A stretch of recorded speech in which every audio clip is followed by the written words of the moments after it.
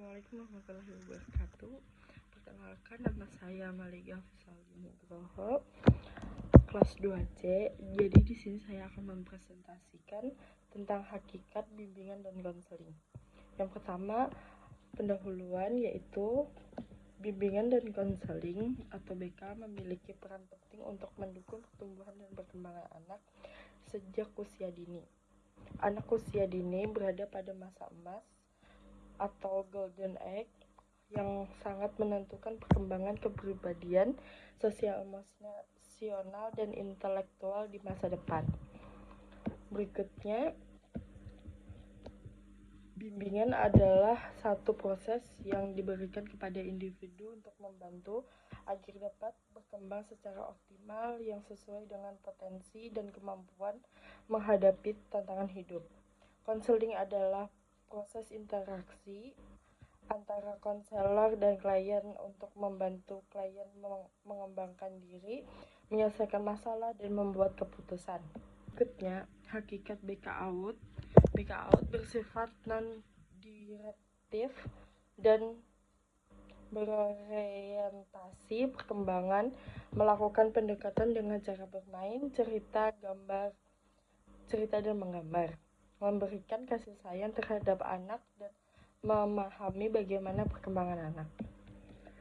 Lanjut, ada prinsip-prinsip BK Out. Yang pertama ada mengajak bekerja sama orang tua. Jadi kita sebagai guru kita perlu mengajak bekerja sama orang tua untuk bagaimana anak tersebut berkembang di rumah dan maupun di sekolah. Memberikan contoh positif itu sangatlah penting untuk kita sebagai guru, karena murid itu mencontoh kita, jadi kita harus yang baik-baik. Yang ketiga, menghargai kekurangan atau keunikan anak, karena anak itu mempunyai perkembangan ataupun kepribadian yang berbeda-beda. Yang keempat, berdasarkan tahap perkembangan anak. Selanjutnya ada fungsi dan tujuan BK. Yang pertama ada fungsi yang pertama memahami karakter anak, yang kedua mencegah masalah sosial dan emosional, yang ketiga mengatasi permasalahan dalam belajar, yang keempat menyempurnakan potensi anak. Berikutnya ada tujuan, membantu membentuk karakter anak, mengembangkan keterampilan anak, menumbuhkan rasa percaya diri dan kemandirian anak, dan yang terakhir ada memberikan pengalaman sosial. Berikutnya peran guru BK Out. Kita sebagai guru harus bisa menciptakan suasana yang nyaman, aman, dan sportif. Guru menjadi pembimbing dan fasilitator untuk murid. Jadi kita harus bisa menjalin kerjasama dengan orang tua juga, karena itu sangat penting, dan bisa mengidentifikasi bagaimana kebutuhan anak. Selanjutnya, ruang lingkup out.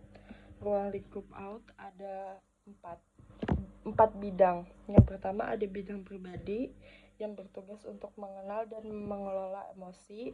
Yang kedua ada bidang sosial untuk berinteraksi antara teman atau guru.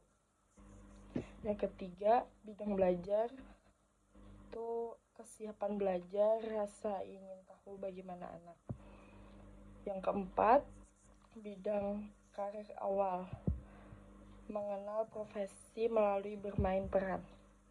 Selanjutnya contoh aktivitas BK di PAUD. Yang pertama bercerita dengan memberikan contoh yang bermoral. Yang kedua permainan yang bisa membentuk kerjasama antar anak. Yang ketiga menggambar ekspresi wajah untuk mengenal emosi anak. Selanjutnya tantangan BK di PAUD. Yang pertama ada kurangnya konselor khusus anak usia dini. Yang kedua tidak ada dukungan dari orang tua. Yang ketiga, berprasangka negatif terhadap konseling. Yang keempat, guru belum cukup memiliki kompetensi konseling. Selanjutnya, di sini karena presentasi saya cukup di sini, jadi saya akan membacakan kesimpulan.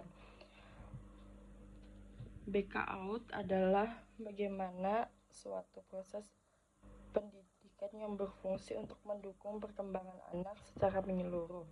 Guru sebagai konselor awal perlu memahami prinsip, fungsi, dan ruang lingkup BK Out. Terima kasih, presentasi saya cukup sekian. Terima kasih. Assalamualaikum warahmatullahi wabarakatuh.